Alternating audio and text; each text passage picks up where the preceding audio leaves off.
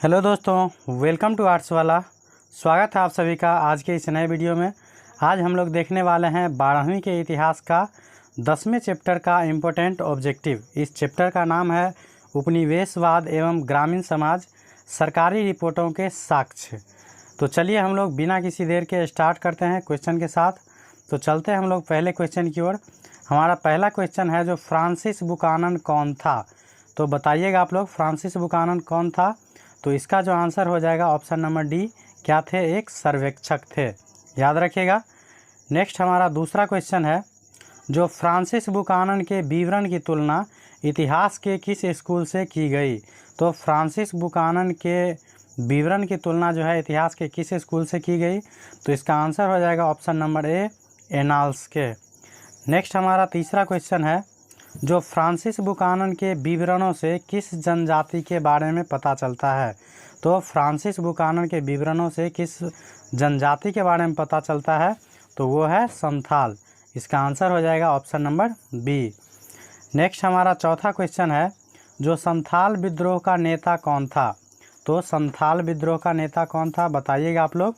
तो इसका आंसर हो जाएगा ऑप्शन नंबर ए, सिद्धू और कान्हू, याद रखिएगा। सिद्धू और कान्हू चार भाई थे, सिद्धू, कान्हू, इसके बाद चांद और भैरव। तो सिद्धू और कान्हू क्या किए थे, तो संथाल विद्रोह का नेतृत्व किए थे। संथाल विद्रोह कब हुआ था, तो 1955-56 में। तो इसे भी याद रखिएगा आप लोग। चलते हैं हम लोग फिलहाल नेक्स्ट क्वेश्चन की ओर। नेक्स्ट हमारा पाँचवा क्वेश्चन है जो किस रिपोर्ट का संबंध भारत में ईस्ट इंडिया कंपनी के क्रियाकलापों से है। तो पूछ रहा है किस रिपोर्ट का संबंध भारत में ईस्ट इंडिया कंपनी के क्रियाकलाप से है। तो इसका जो आंसर हो जाएगा ऑप्शन नंबर सी, पाँचवीं रिपोर्ट। पाँचवीं रिपोर्ट का संबंध ब्रिटिश मतलब ईस्ट इंडिया कंपनी के क्रियाकलाप से है। नेक्स्ट हमारा 6 नंबर क्वेश्चन है जो रैयतवाड़ी बंदोबस्त के जनक थे। तो रैयतवाड़ी बंदोबस्त के जनक कौन थे। तो इसका जो आंसर हो जाएगा ऑप्शन नंबर सी, मुनरो एवं रीड, याद रखिएगा। रैयतवाड़ी बंदोबस्त के जनक मुनरो एवं रीड। चलते हैं 7th क्वेश्चन की ओर। हमारा 7 नंबर क्वेश्चन है जो निम्न में से कौन सा जोड़ा सही है। तो पूछ रहा है निम्न में से कौन सा जोड़ा सही है। एक तरफ दिया गया है आदिवासी विद्रोह और दूसरा तरफ दिया गया है नेता। तो इसका जो आंसर हो जाएगा ऑप्शन नंबर डी, मतलब सभी सही है। तो याद रखिएगा जो भील विद्रोह कब हुआ था, तो 1825 ईस्वी में। इसका नेता कौन था, तो सेबरम। उसके बाद है अहोम विद्रोह कब हुआ था, तो 1828 ईस्वी में। और इसका नेता कौन था, तो गोधर्म कुंवर, याद रखिएगा। उसके बाद नेक्स्ट है जो मुंडा विद्रोह कब हुआ था, तो 1899 में। और इसका नेता कौन था, तो बिरसा मुंडा, याद रखिएगा। इस प्रकार से हमारा सभी सही था। तो चलते हैं नेक्स्ट क्वेश्चन की ओर। नेक्स्ट हमारा 8वां क्वेश्चन है। 8वां क्वेश्चन हमारा है जो महलवाड़ी बंदोबस्त किसके द्वारा लागू किया गया। तो महलवाड़ी बंदोबस्त जो है किसके द्वारा लागू किया गया। तो इसका जो आंसर हो जाएगा option number A, Martin bird के द्वारा। ये क्वेश्चन बोर्ड एग्जाम 2019 में पूछा गया प्रश्न है, तो इसे निश्चित रूप से याद रखिएगा।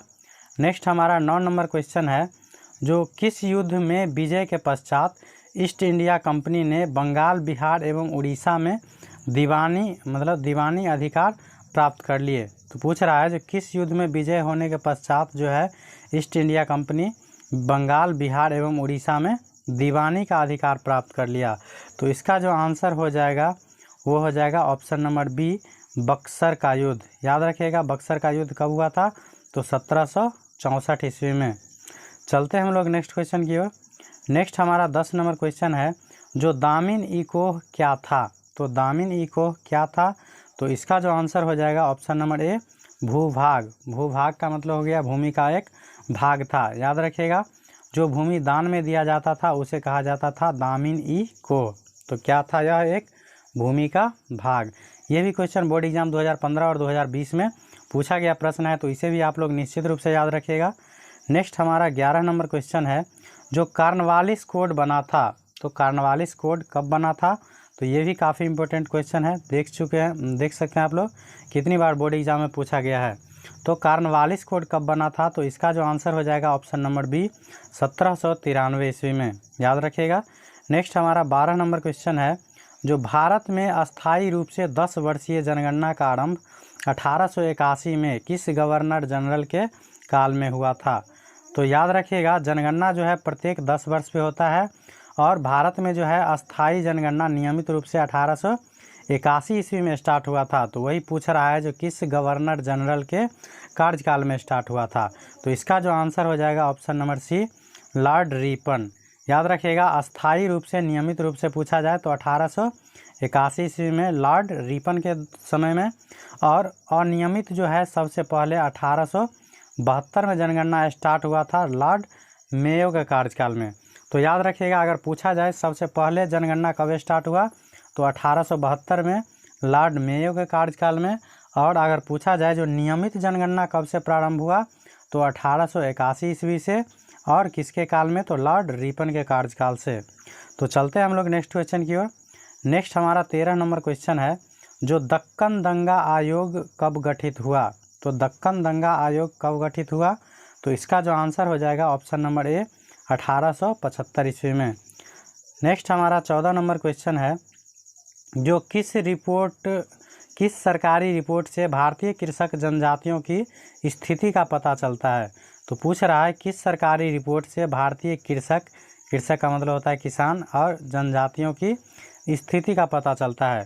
तो इसका आंसर हो जाएगा ऑप्शन नंबर डी, उक्त सभी से। तो बुकानन की रिपोर्ट से भी बुकानन के रिपोर्ट से भी कृषक जनजातियों के बारे में पता चलता है, 5वीं रिपोर्ट से भी पता चलता है, और दक्कन दंगा आयोग की रिपोर्ट से भी पता चलता है। तो इस प्रकार हमारा आंसर हो जाएगा इनमें से सभी। नेक्स्ट हमारा 15 नंबर क्वेश्चन है, जो कौन सा जोड़ा सही सुमेलित है। तो पूछ रहा है कौन सा जोड़ा सही सुमेलित है। तो इसका जो ऑप्शन है देखिए, जो अस्थाई बंदोबस्त, तो बंगाल, बिहार एवं उड़ीसा, तो ये सही है। तो अस्थाई बंदोबस्त कहाँ लागू हुआ था, तो बंगाल, बिहार एवं उड़ीसा। उसके बाद है जो महलवाड़ी बंदोबस्त, तो उत्तर प्रदेश, मध्य प्रदेश एवं पंजाब, तो ये भी सही है। तो महलवाड़ी व्यवस्था उत्तर प्रदेश, मध्य प्रदेश एवं पंजाब में लागू हुआ था। नेक्स्ट ऑप्शन देखते हैं हम लोग। और तीसरा ऑप्शन है जो रैयतवाड़ी व्यवस्था, तो बम्बई एवं मद्रास, तो ये भी सही है। तो इस प्रकार हमारा आंसर हो जाएगा ऑप्शन नंबर डी, सभी सही है। तो याद रखिएगा, रैयतवाड़ी व्यवस्था कहाँ लागू हुआ था, तो बम्बई एवं मद्रास। चलते हैं नेक्स्ट क्वेश्चन की ओर। नेक्स्ट हमारा 16 नंबर क्वेश्चन है, जो संथाल विद्रोह कब हुआ था।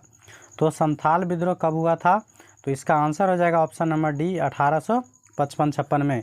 ये क्वेश्चन देख सकते हैं आप लोग कितनी बार बोर्ड एग्जाम में पूछा जा चुका है, तो इसे तो आप लोग निश्चित रूप से याद रखिएगा। अगर संथाल विद्रोह का नेता पूछा जाए तो क्या बताइएगा, सिद्धू और कान्हू ये दोनों क्या थे, तो भाई थे, 4 भाई थे, सिद्धू, कान्हू, चांद और भैरव। तो याद रखिएगा, संथाल विद्रोह कब हुआ, 1855 में। इसका नेता कौन था, तो सिद्धू और कान्हू। चलते हैं हम लोग नेक्स्ट क्वेश्चन की ओर। नेक्स्ट हमारा 17 नंबर क्वेश्चन है, जो उलगुलान विद्रोह का नेता कौन था। तो उलगुलान विद्रोह का नेता कौन था, तो इसका जो आंसर हो जाएगा option number D, Birsa Munda. याद रखिएगा, उलगुलान विद्रोह का नेता कौन था, तो बिरसा मुंडा। नेक्स्ट हमारा 18 नंबर क्वेश्चन है, जो रैयतवाड़ी व्यवस्था में भूमि का स्वामी कौन होता था। तो रैयतवाड़ी व्यवस्था में पूछ रहा है जो भूमि का स्वामी मतलब मालिक कौन होता था। तो इसका आंसर हो जाएगा ऑप्शन नंबर सी, रैयतवाड़ी। रैयत का मतलब क्या होता है, तो डायरेक्ट किसान होता है, इसलिए हमारा आंसर हो जाएगा ऑप्शन नंबर ए। नेक्स्ट हमारा 19 नंबर क्वेश्चन है।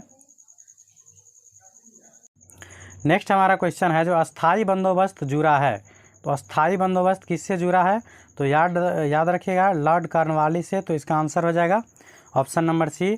अगर पूछा जाए अस्थाई बंदोबस्त कब हुआ था, तो याद रखिएगा 1793 ईस्वी में। और कहाँ हुआ था, तो सबसे पहले बिहार, बंगाल और उड़ीसा में। तो इसे भी आप लोग याद रखिएगा।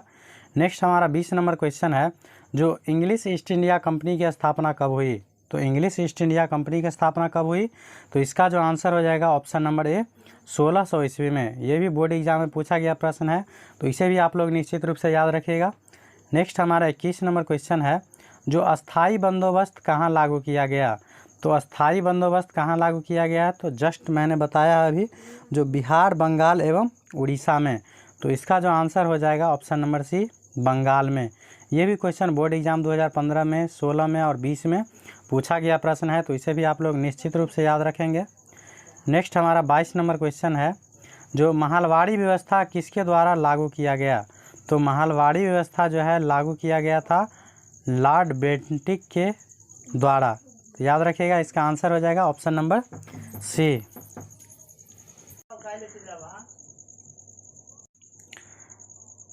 नेक्स्ट हमारा 23 नंबर क्वेश्चन है,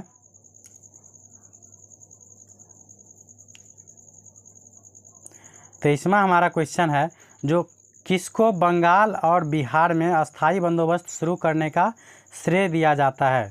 तो अस्थाई बंदोबस्त किसने लागू किया था? तो लॉर्ड कॉर्नवालिस ने। तो इसका आंसर हो जाएगा यही ऑप्शन नंबर ए। जो बंगाल एवं बिहार में अस्थाई बंदोबस्त शुरू करने का श्रेय किसे दिया जाता है? तो लॉर्ड कॉर्नवालिस को। ये भी क्वेश्चन बोर्ड एग्जाम 2018 में पूछा गया प्रश्न है, तो इसे भी आप लोग निश्चित रूप से याद रखिएगा। नेक्स्ट हमारा 24 नंबर क्वेश्चन है, जो भारत आने वाले प्रथम यूरोपीय कौन थे? तो भारत आने वाले प्रथम यूरोपीय जो थे वो हो जाएगा ऑप्शन नंबर ए, पुर्तगाली। ये भी क्वेश्चन बोर्ड एग्जाम 2018 और 2020 में पूछा गया प्रश्न है। नेक्स्ट हमारा 25 नंबर क्वेश्चन है, जो ईस्ट इंडिया कंपनी को बंगाल की दीवानी किसने प्रदान की? तो ईस्ट इंडिया कंपनी को जो है बंगाल की दीवानी किसने प्रदान किया था? तो इसका आंसर हो जाएगा ऑप्शन नंबर सी, शाह आलम द्वितीय ने प्रदान किया था। नेक्स्ट हमारा 26 नंबर क्वेश्चन है, जो भारत में आने वाले प्रथम पुर्तगाली कौन थे? तो भारत में आने वाले प्रथम पुर्तगाली कौन थे? तो इसका जो आंसर हो जाएगा ऑप्शन नंबर सी, याद रखिएगा, वास्को डी गामा। और चलते हैं आज के हम लोग लास्ट क्वेश्चन की ओर। लास्ट हमारा 27वां क्वेश्चन है, जो भारत में अंग्रेज़ों द्वारा उपनिवेश की स्थापना का मुख्य उद्देश्य था। तो पूछ रहा है भारत में जो अंग्रेज़ों के द्वारा उपनिवेश की स्थापना की गई थी उसका मुख्य उद्देश्य क्या था? तो ऑप्शन ए में है कच्चा माल का प्राप्ति करना, तो ये उसका उद्देश्य था। बी में है भारत का विकास करना, तो ये उसका कभी उद्देश्य नहीं था। सी में है उनके द्वारा निर्मित वस्तुओं को भारत में बेचना, तो ये भी उसका उद्देश्य था। चौथा है जो भारत में शिक्षा का विस्तार करना, तो ये कभी उसका उद्देश्य नहीं था। तो हमारा आंसर हो जाएगा 1 और 3 सही है। तो चलते हैं हम लोग ऑप्शन की ओर। तो ऑप्शन हमारा हो जाएगा ऑप्शन नंबर सी, 1 और 3 सही है।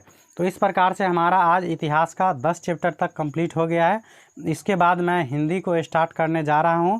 तो आप लोग इसी प्रकार के वीडियो देखने के लिए चैनल को सब्सक्राइब कर लीजिए।